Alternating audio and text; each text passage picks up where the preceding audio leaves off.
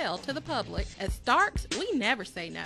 870-203-9980. Details at starksautoplaza.com. The Mu Omicron Lambda chapter of Alpha Phi Alpha Fraternity Incorporated was established on January 1st, 1977, originally serving Blytheville, Arkansas, and now serving Jonesboro, Blytheville, Osceola, Marion, and West Memphis, Arkansas. Today, the chapter continues to make an impact by focusing on Alpha's national community outreach initiatives such as My Brother's Keeper, A Voteless People is a Hopeless People, Go to High School, Go to College, Project Alpha, Boy Scouts, and the March of Dimes. The Mu Omicron Lambda chapter of Alpha Phi Alpha Fraternity Incorporated is committed to Alpha's mission of developing leaders, promoting brotherhood and academic excellence, while providing service and advocacy to the community. More information about the Mu Omicron Lambda chapter of Alpha Phi Alpha Fraternity Incorporated is available at MOL Alphas on Facebook or via email at molalphas@gmail.com. And now back to Community Conversations on KLEK 102.5 FM.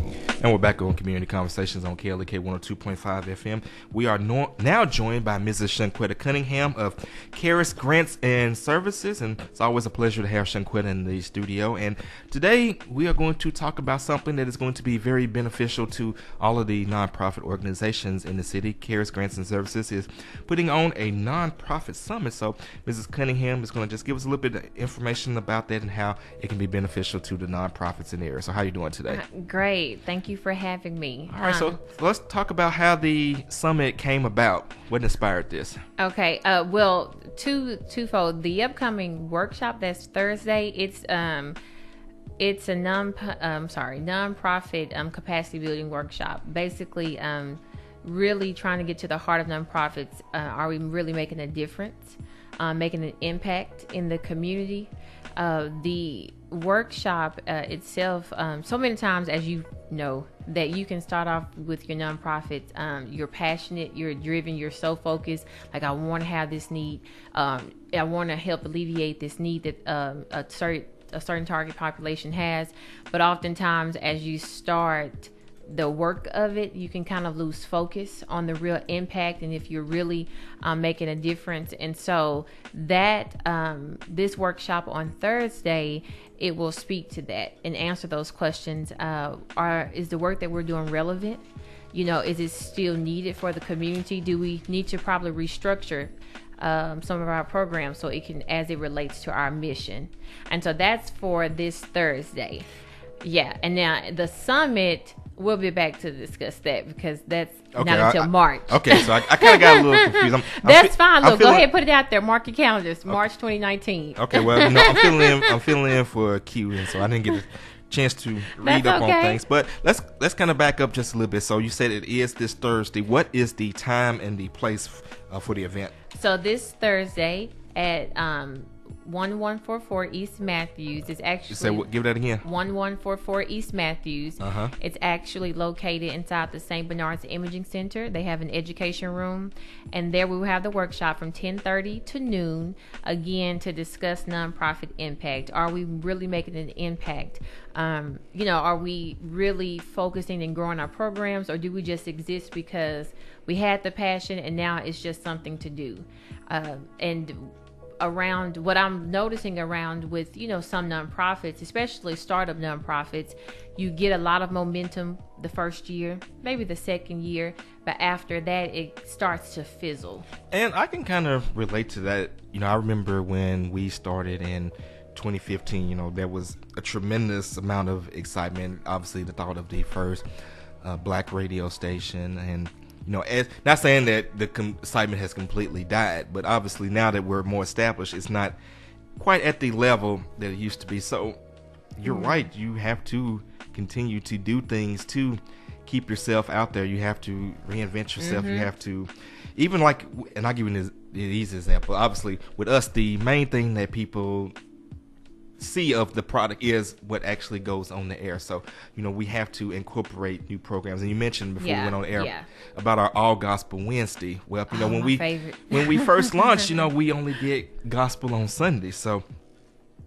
as we evolved, we added, the Wednesday. But I don't want to make this about us. But that's relevant because actually, too, how you got to that point, I remember I took the survey. And so again, going back to the focus of the workshop with what you're saying, you ensured that if you were going to do a new endeavor, you knew you need to reinvent yourself. You also solicited commentary from the people that you were serving.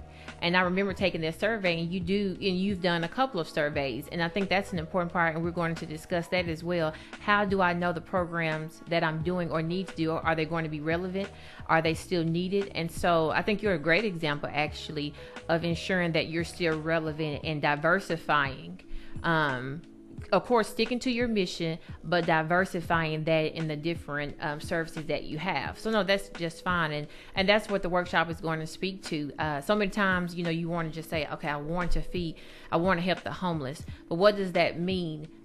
You can have a program, but if you're only giving out 20 sacks, of food to people, and you're not knowing where the peak times are at, you're not really knowing if nutritional value, you're not taking into account just a lot of things. So we have to kind of reevaluate what is my why and what I'm doing. That's the focus of the workshop. Am I truly making an impact, or I'm just living my dream because I wanted to start the nonprofit? It was on my heart to do, but there is no further engagement with your population to see if what you're doing is still relevant. And you definitely have to be engaged. Kind of bringing it back to the survey for a moment. Two things that accomplished. One, like you said, it helped us to figure out what we're doing and to stay relevant. But, the data that you get from the surveys can help you when it comes to getting support, getting donors. And that was the twofold purpose of our listener survey. And actually, our listener survey played a huge role in us getting the First National Bank Tower, because when we had the data on who our listeners are, what their demographics, what their income is, what they're interested in, well, that was very appealing to First National Bank. It aligned with what they wanted to do in their community efforts. So, that is so important. It made the decision easy for them to sponsor. And of course, we definitely are thankful for First National Bank for doing that. But that's just kind of like an example. No, that's a great point. And then I often, every day, numerous times a day, I'm hit with email messages or on my business page that people wanting to get grants. But then when you actually start talking about the programs and the impact or who you're serving, you're not even keeping up with that. You're not even keeping up with minutes from your meetings, if you're even having board meetings, You're not keeping up with who's coming into your program, who you're servicing, just even kind of recording just personal testimonials from people. And all of that is needed when you're talking about impact, so you can know where you are and then where you need to go. And as far as testimonials, I'll give you an example. One way in which you can measure that, for example, on our Facebook page, somebody who may leave a comment saying, "Oh, I like this song," or going back to the All Gospel Wednesday, somebody comment, "This music is giving us life." So I will screenshot that and save it. So I have a folder, even going back to when we launched the Awesome. Comments that people have feedback people left about the station. When we read it on our website, we even posted some of those as well. Awesome. Am I on there? Because I give a lot of comments. I'm just saying. I have to look. Brandon did the website, but yes, you do give a lot of feedback. We're speaking with Mrs. Shuquetta Cunningham of CARES Grants and Services, talking about the nonprofit workshop coming up Thursday.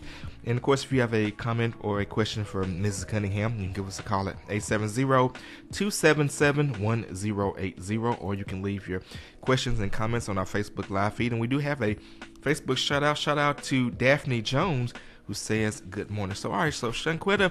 Hi. Tell us. That's my love. Okay, tell us how the workshop will be structured. What will be some of the topics that will be discussed? Okay, sure. So at the workshop, we're going to, for every person that will register and participate, and the first thing I'm going to ask you about is your mission. If you're a nonprofit leader or a nonprofit higher up in your nonprofit organization, one thing that you should be able to share with me is your mission statement, and then your programs that will follow under your mission statement to first see, okay, are what we're doing is relevant to in alignment with your mission statement. And then after that, just presentations will be made about, again, impact. How do we measure impact of what you are doing? What are the responses from your target demographics?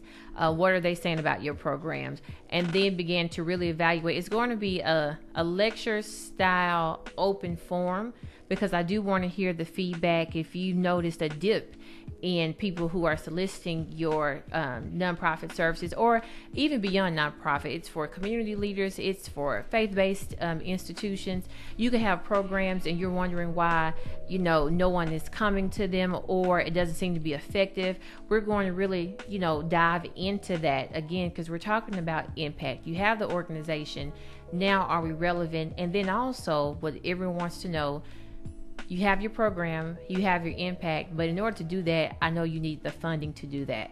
So I also give some ideas. And the bill, like I always said, the bills come on time even when the money doesn't. Exactly. And so you sometimes need creative strategies in partnering. And you mentioned a great thing to, if you're recording this information, it's easier to show, like, here is the actual number. It's not what I assume that we are doing. This is what we're doing. This is our performance measures that you can present. And so we're going to cover that as well in the workshop on this Thursday. And of course, getting back to the mission statement, one thing that can definitely help is if you have a website or social media, post it on there. So I'm looking on the KLEK website, and I'll just read ours. We are committed to empowering the citizens of Jonesboro to enhance their quality of life through educational and entertainment programming that provides the link to current community affairs, events, and issues.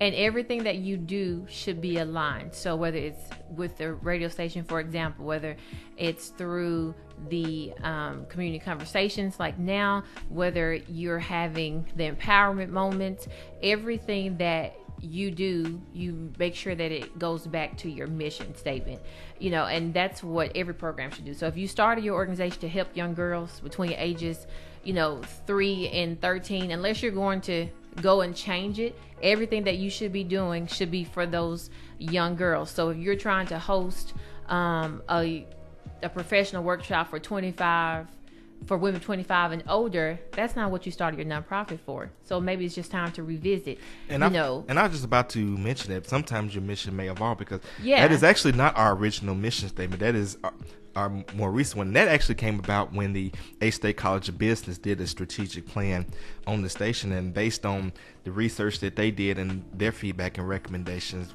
we adopted this one that actually kind of made things a little bit more cleared up maybe some of the confusion about. Because one thing that I will say, I think this is a challenge that a lot of people that get into the nonprofit sector run into.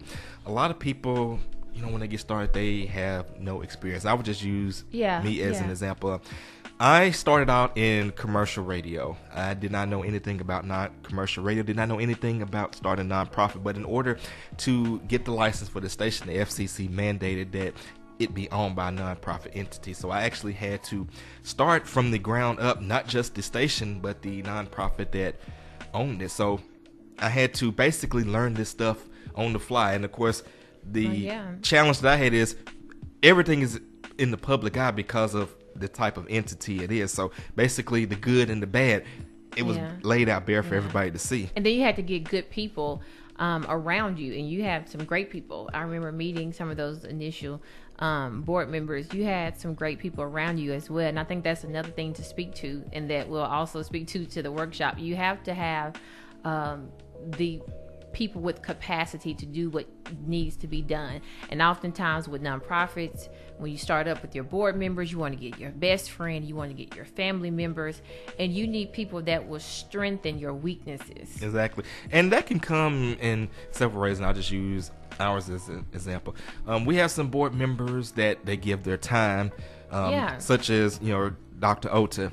We have people who lend their expertise, like Dr. Sharice Jones Branch. Right. And then we have board members who may not have time, but they make significant monthly financial contributions. So basically your time, your talent, and your treasure. You need all of that. You need people that, everyone can do everything or do not feel comfortable doing everything. So, if you realize that you may not could be a financial contributor, that's just fine. But if you're willing to go out and to get donations for your organization that you're with, whatever capacity that you can work in, but you definitely have to have people that are willing and not just there to start up. So again, going back to impact, that starts not just in the execution of your programs, that starts from your structure as well. And we're going to, dive into all of that if you have the right people on your team. And you definitely want people that believe in your mission and believe in you and don't have agendas, because I've seen with other similar low power stations where the whole operation fell apart because instead of trying to build a station up, they decided that they wanted to be programmers and they want to dictate what goes on the air, and then there's infighting, and next thing you know, the station has lost its license. Well, I think that's why it's important. Before, I work with nonprofit startups, and one of the things that I do, we actually have a board workshop before people commit themselves and sign the conflict of interest statement and all that stuff. Well, you need to know what's going to be required of you. And you can kind of wean out. You really do wean out a lot of the people who say, hey, I really probably can't make this commitment then. And I think that's the first step. And so even if you're at a standstill right now with your nonprofit, your church leadership, whatever it is, I believe this workshop will be beneficial to you. Again, it's about impact, and that has to be assessed all around. And in order for you to do what you're called to do and keep that passion and momentum, because as I know, we both started at the same time. When you have to deal with the business side of things, sometimes some focus maybe can be thrown off and because of just life. But again, you should always be able to go back and analyze and say, okay, what am I doing? And if you don't know how to do that, say, I just need to start. This workshop will be great for you. All right. So once again, the workshop will be this Thursday. The location will be the St. Bernard's Imaging Center Education Room. And the St. Bernard's Imaging Center is located at 1144 East Matthews Avenue. Is there a registration fee? Yes, it's $25. It will be for an hour and a half. Okay. And and if more information, I can definitely share the flyer. I will definitely share the flyer, so he can post it under here, and also at Consult Caris. That's KHARIS.com, or you can call 870-336-6771. And of course, I got to shout out my guy Brandon Tabor, BT Groove, who actually built both of our websites. Yes. Yes, he did. And that's a great thing about connecting. And when you go to workshops and when you go to places like this, you can connect with other people that will be able to help you as you develop, especially if you're a startup nonprofit. You don't have a lot of resources to expand on marketing, on a lot of things, but you just never know who you can meet at certain events, and you can never learn too much. People are kind of hesitant about going to workshops. I don't understand that, especially when you've not done something. So always learn, be willing to learn, and know that you cannot learn enough. And so please, if you are interested, you have a nonprofit, again, faith-based, community leader, whatever avenue of public service you are in, this workshop is for you. And I hope to see you on this Thursday, September 13th. That's right, 10:30 a.m. to noon. All right, well, I think it's definitely going to have a lot for everyone. Let's kind of get back into the theme of it, how to know if you're staying relevant. How would a nonprofit be able to assess if they're relevant? Because again, a lot of people, and I'm using myself as an example, a lot of people you're a nonprofit just don't know, because if they're like me, they had to learn this on the fly. And there are going to be a lot of teachable moments. So, you can go to workshops and everything, but you're going to have your own teachable moments. I say that instead of mistakes. If you're willing to learn, you're going to have your own teachable moments. What they say, you either win or you learn. You don't lose. Yeah, Nelson Mandela. Yes, exactly. Well, I actually remember when I started, it was attributed to Michael Jordan. But hey, he got it from Nelson Mandela. Well, that's all right, though. Nothing wrong with Nelson Mandela. But going back to how do you just realize if you're making an impact? For one, again, are you, especially if it's 3-4 years into it, if you kind of just see from the surface of things, are you losing people? Are people not attracted to your organization, especially if there are free services? So if you're having free events that we're going to tutor your children after school and no one's showing up, I think you have to go back and see, well, are we hitting the right community? Because if you're trying to target people that have students that are straight A's, that make straight A's, well, they're not probably going to solicit your services. So you have to ensure that you're even reaching out to the right demographics. And then two, duplication of services. So often I have people call and say, well, I want to do this, I want to mentor, and don't even realize a lot of the other organizations that are doing the exact same thing. And so for you have to see, well, how do I make this unique so that it's unduplicated in what I do and it's effective? And that's very important. I'm going to use again radio as an example. A lot of similar LPFM stations, when they launched, where they failed was they went out and did a format that was already being done, which they're already at a disadvantage because not being able to do commercials. So, you already got full power commercial stations that doing the same format. So it's very key that you provide something that no one else is offering. And that's, what we did. There's no other station in Jonesboro that does urban programming. So we basically fulfilled the void and fulfilled the niche, and that's very important. But sometimes, again, you mentioned earlier about people doing their dream.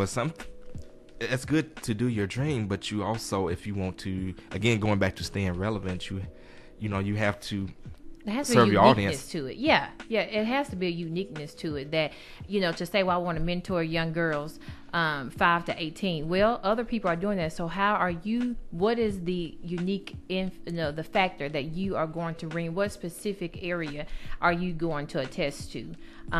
The cliche of, well, we're going to start an after school program. I get that inquiry about 10 times a day for sure.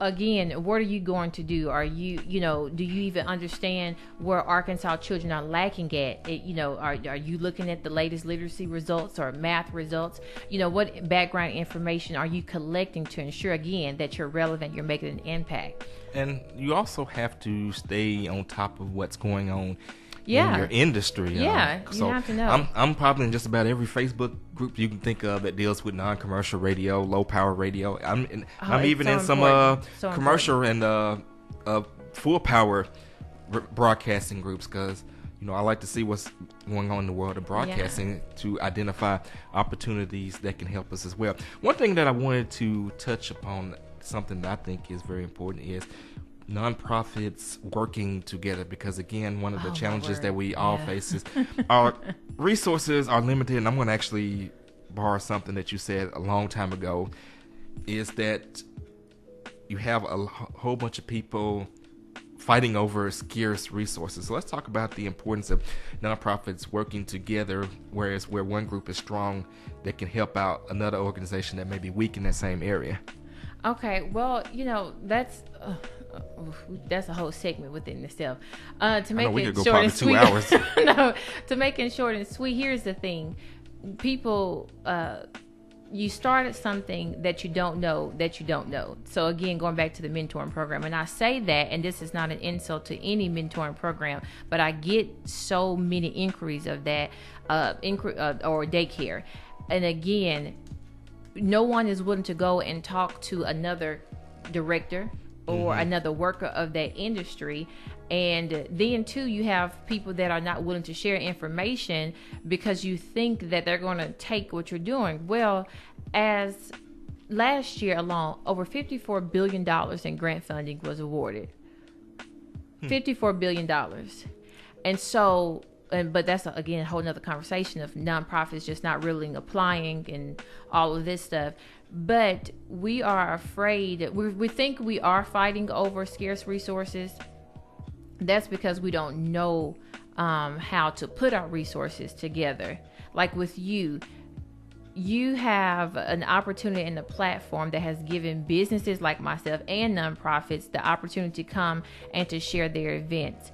And so it should be, to me, easy or simple when it's like, well, I'm trying to promote my event for an organization to allow you to come and say, hey, set up so people can know about what you're doing. That should just be easy. It should just flow like that. But we have to get to a point to where we realize we're stronger together. As I said on the radio a couple of weeks ago, McDonald's is not worried about what Burger King is doing. Burger King is not worried about what Sonic is doing, but what they do, they all get together. Now, Wendy's might be a little different. Wendy's be petty on Twitter. Wendy's and Google too. But that's why, look, I didn't say Wendy's, but look, but seriously, if we all get together and really figure out where we can all be an asset, especially if you're a girls organization dedicated to girls, and then your board's organization, find out like, well, man, how are you getting this support so I can get this support, and so then you can host events together.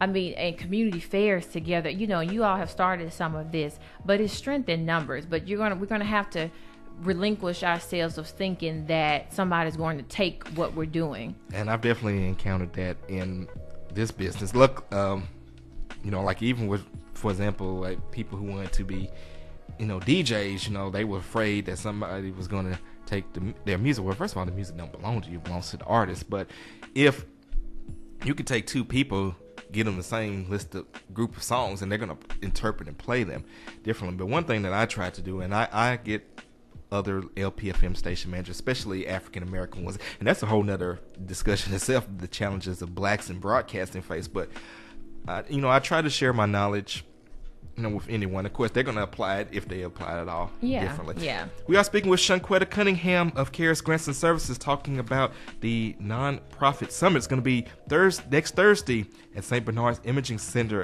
1144 East Matthews in Jonesboro. Going to talk about how to know if you're staying relevant. So this Thursday, the 13th, at 10:30 a.m. to noon. So please register, share with other nonprofit leaders that you know, and if you're interested in nonprofit leadership or just serving with the nonprofit, it'll be great for everyone. All right, so we got 2 minutes left on the show. So, any final comments? Share with anyone, register. A lot of times people, are kind of hesitant about going to workshops or seeing that if it's a waste of their time. But every day I learned from Warren Buffett that you should be spending at least, and a number of people, but you should be spending at least 30 minutes a day learning about your profession or what you're passionate about. And so here you're going to have an hour and a half opportunity. You're going to be able to triple that. But every day you should be learning something about what you're doing. And if you're not learning, you're not growing. And that is just a fact. So again, this is an opportunity for you to come out, learn some information about building, about impacting your community and truly being relevant, and making sure that people know that you are present. It's sad to know that you're doing something and people don't know what you're doing. And I absolutely echo that. And I just wanted to add, there's several ways in which you can learn about what's going on in the industry. The example I use is look up Facebook groups and pages that relate to your industry. Hit that like button, hit that follow button, and then when you're doing your normal scrolling on Facebook, seeing all the gossip of who's doing what, you can also see what's going on in your field. And that's actually how the hashtags. Yeah, that's actually how I learned about the opportunity to start a low power station. I had joined, I wasn't in the field. Actually, I was unemployed, wasn't doing anything, and I just signed up for some groups, and I heard that the Prometheus Radio Project was pushing Congress for these opportunities, and that's how I learned. Yeah, and look what other people are doing. If you have a nonprofit organization or feeding program, look at other models and see how they're doing. You don't have to reinvent the wheel; you just have to make it unique to what you're doing. All right, we're gonna leave it there. It's next Thursday, the nonprofit workshop, 1144 East. This Thursday, I'm sorry. September 13th. September 13th, y'all. Y'all, Thank forgive me. you. It's going to be from 10:30 to noon, 1144 East Matthews Avenue in Jonesboro. Yes, you guys have a great and blessed day. This is KLEK 102.5 FM. Thank you for listening to Community Conversations on KLEK 102.5 FM, a program focusing on the people working to make the Jonesboro community a better place while offering viewpoints from all sides of the issues. The views expressed in this program are those of the participants and do not necessarily reflect the views of KLEK 102.5 FM, the voice of Arkansas Minority Advocacy Council, or our underwriters or sponsors.